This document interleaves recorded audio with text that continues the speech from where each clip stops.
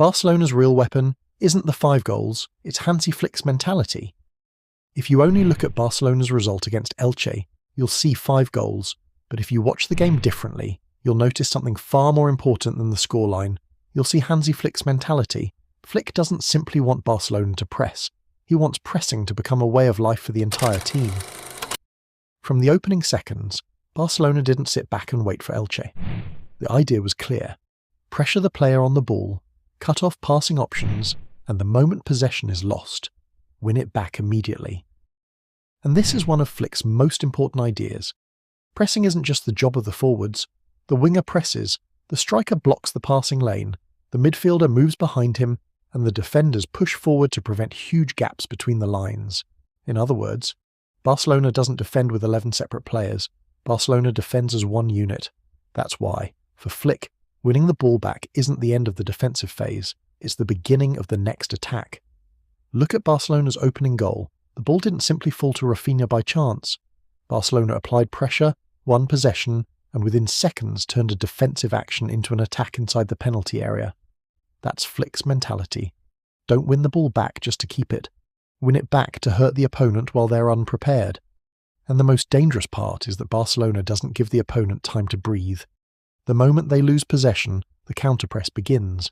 Several players immediately attack the ball carrier, while the others close down the available spaces. If the press works, a dangerous chance. If it doesn't, Barcelona quickly returns to its defensive shape. And this is the difference between random pressing and organised pressing. Flick doesn't want his players to be brave only. He wants them to be brave and organised at the same time. Then there's the psychological side. Flick is building a simple mentality inside the squad. Don't stop because you're winning. That was obvious against Elche. Barcelona scored the first and kept going. They scored the second and kept going.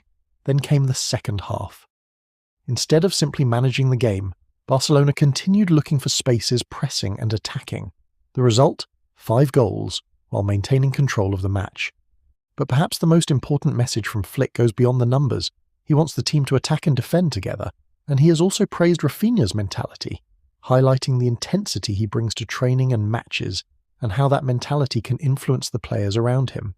And that tells us a lot about Flick's philosophy. He doesn't want one superstar carrying the entire team. He wants the mentality itself to become collective. Rafinha presses, so everyone presses. Lamine Yamal runs, so everyone runs. A young player enters the lineup, and he is expected to play with the same courage and discipline. That's exactly what we saw from young midfielder João Fernandes, whose energy and pressure helped Barcelona create dangerous moments.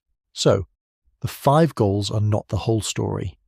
The real story is that Barcelona is building a team that doesn't rely only on individual quality, but on collective reaction. Press, win the ball, attack quickly, exploit the space, then press again. That cycle is what makes Flick's football so exhausting to play against.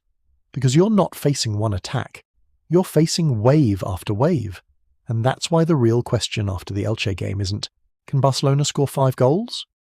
The real question is, what happens when Barcelona faces a team capable of breaking their press? That's when we'll discover the true version of Hansi Flick's Barcelona. If you enjoy deep football analysis like this, subscribe to the channel and turn on notifications, because this season, we're going to find out just how far Flick can take this Barcelona.